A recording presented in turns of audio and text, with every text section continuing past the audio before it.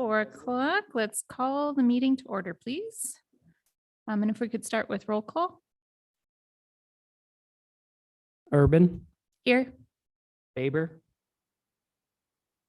Carter, Here. Johnson, Here. Mazu, Here. Raber, Here. Walker, Stidham. Well, thank you, commissioners who are able to join us online and help us meet our quorum today. Nice to see you all. Could we entertain a motion for our consent agenda today? I motion to approve the consent agenda items. And do we have a second from online? I'll second. Thank you very much. All in favor of approving the consent agenda? Aye. Aye. Any, oh, now I'm blanking. Opposed? Any opposed? All right, thank you. Motion passes.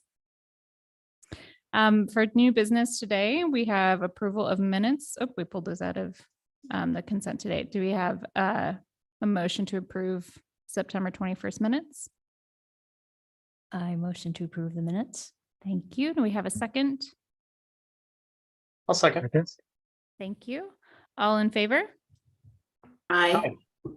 Aye. Aye. Any opposed?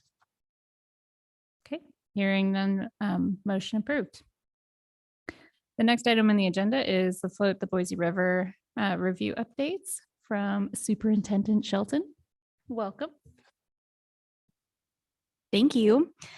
This is I had to warm up with this presentation on Tuesday when I presented to council at work session, but we thought it would be great to give you guys just a follow up on how the season went, since this was the first year that we launched this partnership and used it to guide our communications and marketing and kind of how we approached that 6-mile stretch from Barber Park to Ann Morrison Park. So I'm going to play the roles of Boise Fire, Ada County, Parks and Recreation, and everything in between. So if you do have any questions at the end, I'm happy to address them, but I'll kind of take you through the season and give you a little background and let you know how it went.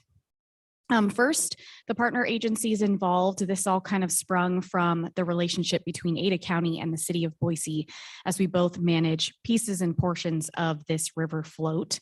And we created, as you've seen, that logo in the middle, that Float the Boise branding that I'll talk about a little bit later. But this is what we came up with and used to make the initial announcement in April and launch the new website. And it all went really well. You'll see there the calls for service from Boise Fire on that graph. Huge uptick in 2022. We had a variety of factors that led to that. There were a lot of people on the river. It was the busiest year in history.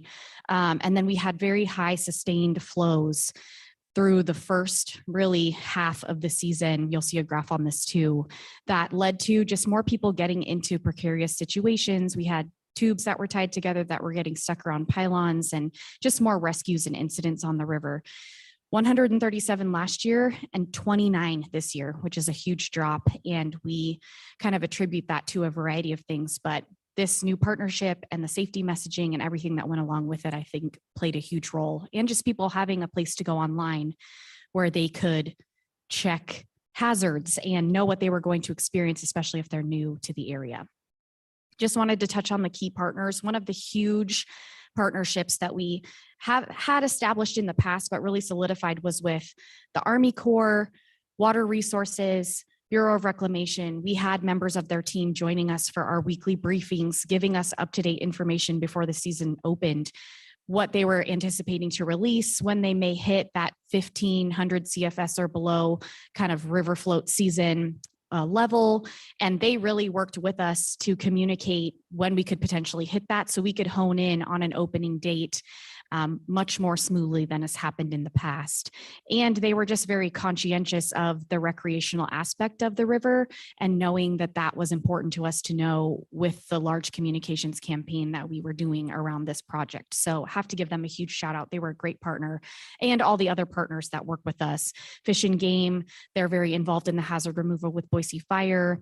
And then of course our team and Ada County that manages those launch and takeout sites with trash and all that stuff. So it was a really successful model that we'll continue to follow.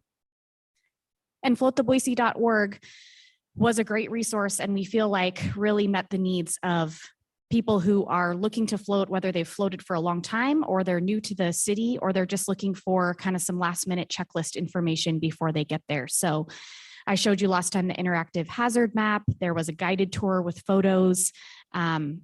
We have current river conditions there year round, so you can use that tool even now to check what the flows are at.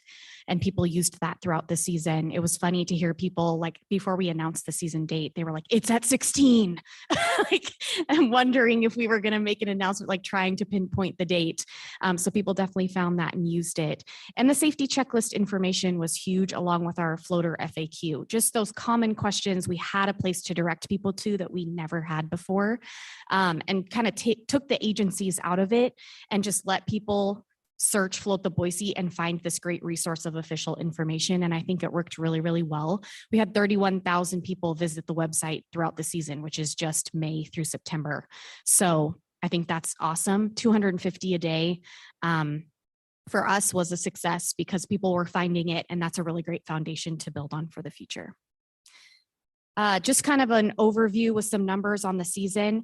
More than 135 people are estimated to have floated that 6-mile stretch. Again, that's not a record. Yesterday, last year, 2022, was the record. And I don't know that we will hit that. It was just kind of, COVID was ending. People were still in town. They were floating a lot. It was hot. This year we had some cooler temperatures in August and rain that kind of dampened. Yeah, that's the word if I can talk today.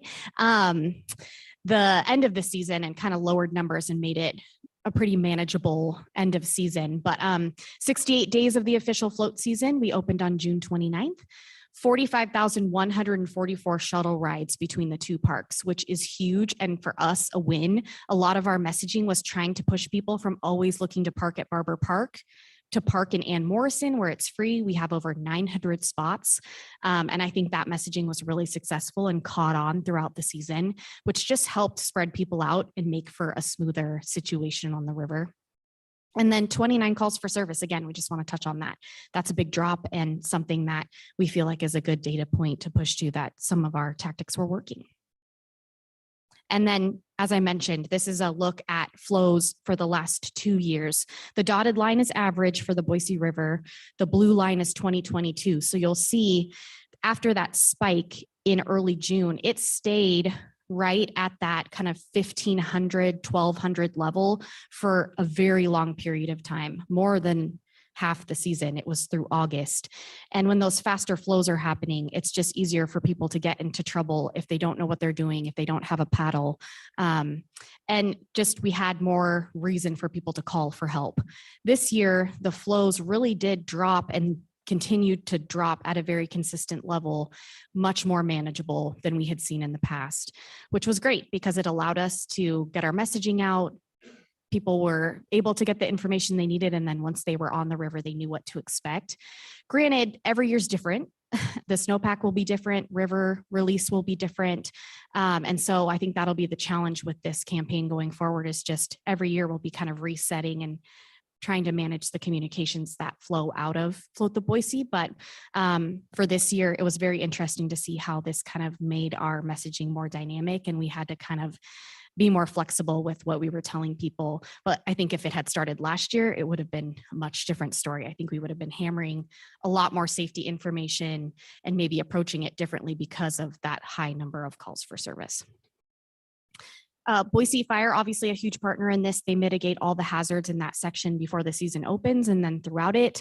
One of the cool features of using ArcGIS and the hazard map that's on floattheboise.org is it gave our team in the field with the dive team, they could literally on the bank be adding hazards, and then those could be reviewed and then added to the map in real time if needed. We didn't have anything major, any major trees falls that we had to make a push to the public, but it just gave our kind of behind the scenes team more coordination, and just honestly is such a powerful way to use this tool, which I think was a great choice by Joanna in Boise Fire. They removed 23 hazards, and then this was just kind of used to monitor river flow conditions prior to and throughout the season, which was a great tool. Ada County Parks and Waterways is our major partner. They manage Barber Park.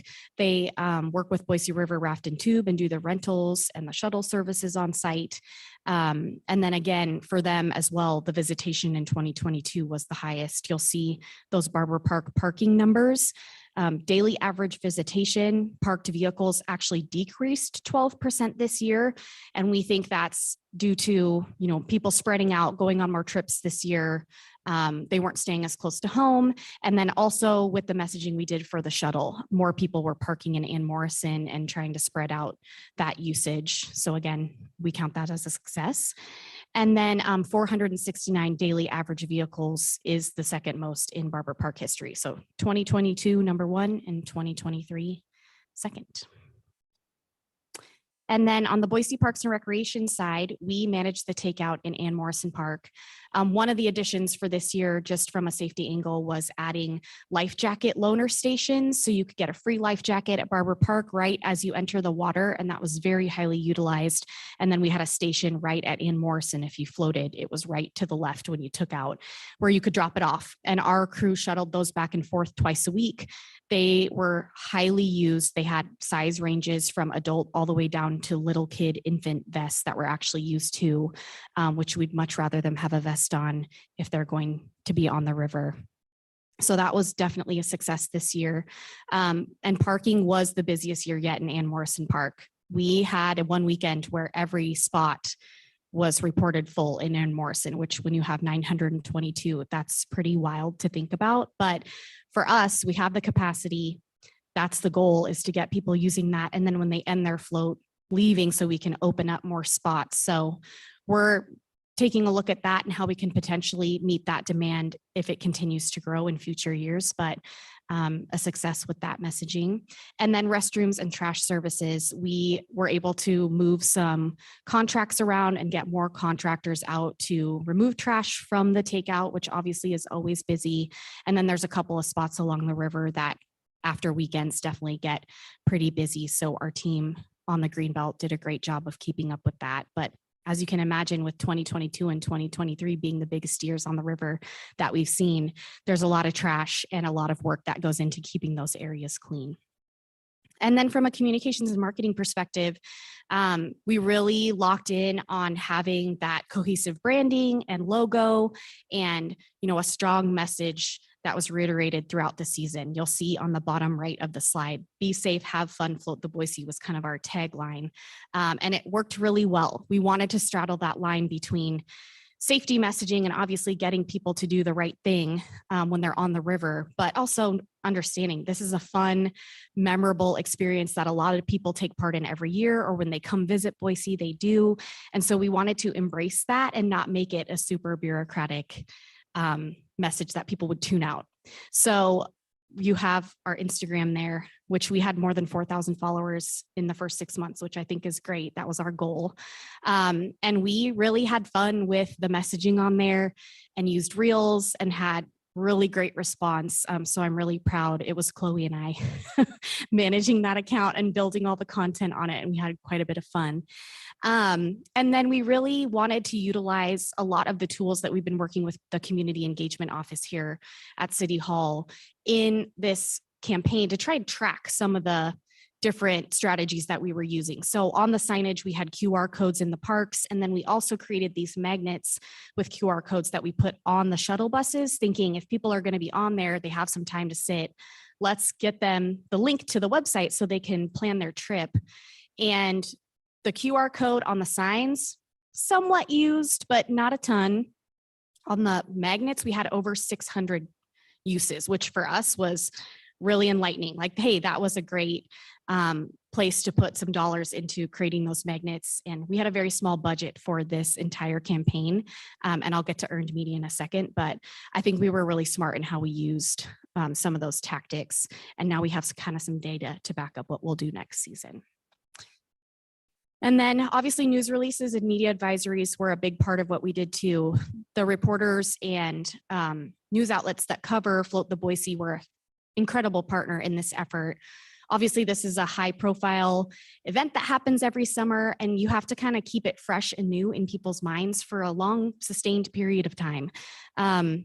So I'm really proud of our ability to kind of take what we've learned with muddy trails and ridge to rivers and mirror that for this different experience. We use Critical Mention, which is a tracking service that kind of takes a look at everywhere you're being mentioned in the media, both on TV, digital, social, and it tracked 344 media mentions for Float the Boise throughout the season, which was April 1st through mid-September. We had millions of estimated views by local TV, online and print, and social media audiences, which is great because we were really trying to target different audiences with different messages. So I think that was a win. And obviously the top focus was safety. We really wanted to get that message across, but we also had reporters calling us and saying, I want to do a 10 things to know before you float. I'm new here and I think it would be beneficial to people. And we jumped at the chance. So we were not only pitching reporters and sending news releases and creating opportunities like before the 4th of July, where Doug would be available for an interview or I would be available for an interview. We'd let people go out with Boise Fire and kind of see how they manage hazards on the river. We really just tried to find different stories that we could tell to keep the message going. And then before busy weekends, send a reminder, here's where you can park. Go to the website for more information. And we were updating the pages in real time. So I would send Chloe a message and say, can we get a banner up that says parking is expected to fill at Barber Park? And she would get it up immediately, which was awesome.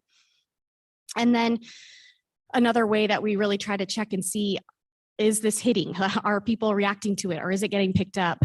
After we made the opening day announcement on June 27th, we sent a news release, we had a media event, we did all our social posts, and then it ran a full cycle. So that evening, morning, all the way until the next day. And we had 2,370 people who clicked the website that next day, which to us was a great proof that we had a great actionable item that they could do, go visit the website, check it out. And so for us, that was a huge, okay, people are getting it, they're listening, they're checking out the website before they go float for this season, which is awesome. And then on behalf of the group, just some safety observations that we're going to take with us into next season. Obviously, the increased use of life jackets was awesome, and we'll continue to promote that program. It's hard to say what exactly led to this, but we did see improved proper use of equipment. So not as many inflatable pizza slices or donuts or the unicorn floaties and things like that. More people seem to take it seriously and actually use equipment that was right for the experience, which is awesome and an outcome that we are really grateful for and will continue to try and push people to in the future.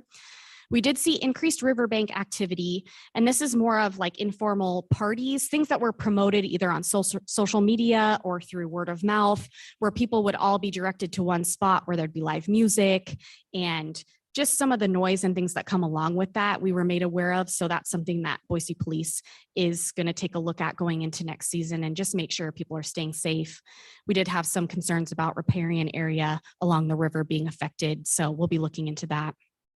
And then bridge jumping, rope swings, those are always issues that we hear about throughout the season. Alcohol on the river definitely continued to be a concern. And recreation upstream and downstream of that 6-mile stretch from Barber to Ann Morrison. Boise Fire mitigates the hazards in that stretch, and more they're getting requests for below the Whitewater Park, closer to veterans, even in other jurisdictions. So I think just as the valley grows and we have more people looking to recreate, that'll continue to be something that this group can look at and potentially advise on. And finally, opportunities for improvement. We're going to be working together to streamline the permitting process prior to float season. That's kind of a more behind the scenes thing, but we've tended to handle it. But since Boise Fire is doing the actual hazard removal, we're probably going to try and move that over to them, which I think will be helpful with our partners in Fish and Game and water resources. We're going to be installing additional bridge signage along the floater route. And this is simply to give people some further direction when they're approaching a bridge, where to paddle, where to go. There's one faded sign on the Park Center Bridge now, if you float, that you're familiar with. We're going to replace that one with a bright red. It's super visible. And we've worked with ITD on getting all of this approved. So our hope is to get those up before next season. Real-time parking information. This is a request that came directly from council. If you think about when you go to the Boise airport, you can see how many spots are available. It's very expensive technology, but are there some ways that we can utilize our Connect Our Parks initiative where we'll have Wi-Fi at In Morrison? And I know they have cameras at Barber Park. Can we at least give people a real-time view or something that they can go on and check before they head to the park to float? And accurate floater counts. Ada County is going to be working to install some cameras that can just be pointed right at the put-in so that they can do some more accurate counting of actually how many people are getting in the river, which would be great to have. And then a continued police focus on curbing the illegal parking in neighborhoods around Barber Park. Eckert Road is the road that leads up to the entrance, and there's a section there where people tend to park off the curb, even though it's marked no parking. And it's just a dangerous spot. We don't want people trying to cross that road on a busy day. And then it tends to spill out into the neighborhoods, which are some complaints that we've received before. So Boise Police is aware. It's something that they hope to try and do a lot of education on early in the season, and then hope that will curb toward the end. But continued conversations will happen around that. And that's all I've got. I can stand for any questions. Thank you so much. It's a wonderful, congratulations to the department and all the partners on such a successful launch. And it's exciting to see the potential extensions for future years. Anyone like to add anything else or ask any questions? Madam President, Commission members, I just wanted to thank Bonnie and Chloe for the work they put in on this. And everything you see here everything was done in-house. So if you didn't know any better and you saw this presentation and didn't know how this came together, you'd probably think that there was an ad agency, there was a outside marketing company, there was someone that designed, the logo, that did all this work, the actual application, that website, all that real-time data and stuff that you saw, all that was done internally. We did it in-house. So Bonnie and Chloe in our department in Parks and Recreation took the lead on it, but they also worked very closely with a member of Boise Fire and to develop the actual website piece to it. But our community engagement team did the flyers, did the logo, and then Bonnie and Chloe came up with ideas for stickers and all kinds of things. The magnet was extremely successful with the QR code. And then just, the partners that we had with the media to be able to publicize all this stuff that we're doing and get the word out, to see the number of people that followed us, the number of people that were coming onto the website that first day, it really was a phenomenal success. And so big kudos to Bonnie and Chloe for the work they did internally. Joanne Zibble. Like dribble. Pardon me? Like dribble. Zibble in Fire. She developed the website. Yeah, she's awesome. And so we did it all internally. So I think that just shows the talent that we have in the city, but also that, this saved, I can't put a dollar value on it, but I don't know how much it saved, but probably 6 figures worth of what it would have cost us to go out and have something like this done. And we did it in about a 3-month period. So, so it's a good base to build from. Sustaining some of the work that we're doing with it internally is going to be a question moving forward. But we'll work on those details. But I think Bonnie said it was a lot of fun. I did hear that, by the way. You and Chloe said it was a lot of fun. It was a lot of work. Yeah, it was a lot of work, but I think it's also cool. And I feel like you probably gave me this perspective because it is very hot and heavy all at once. And I've got a lot going on all at any given time, but to put so much into one particular project, but also knowing so many people are getting something out of it, because this is a legacy project. I mean, I think it'll be around long after I'm working somewhere else or doing something different. And that was our goal, was to create something that could be lasting, that could continue to evolve, because floating the Boise River is, I hope, always going to be something that people can do here in the summer. It's what I'm going to take my kids to do and what my husband and I like to do if we have an afternoon free in the summer. So for me, it was that perspective of it's a lot of work, but it's also hopefully going to have a big impact on the community. And you'll never know how many lives were saved. That was what the firefighters were saying in our after action meeting. It's always nice to have some tangible successes with numbers and response, but the fact that you never know the safety impact, you kind of just have to hope it made a difference. And I think it did. Madam President and Commissioners, I'm just adding to the commendations. Thank you. You know, for decades, I'm an outdoor rec user and I'm always looking for information. Mhm. This is one of the best messaging campaigns and websites I've seen, and I really appreciate it. And yeah, it's hard to quantify prevention, but it's the most important piece in many Mhm. ways. So thank you very much for all you guys have done. I know it's a lot of work. Thank you.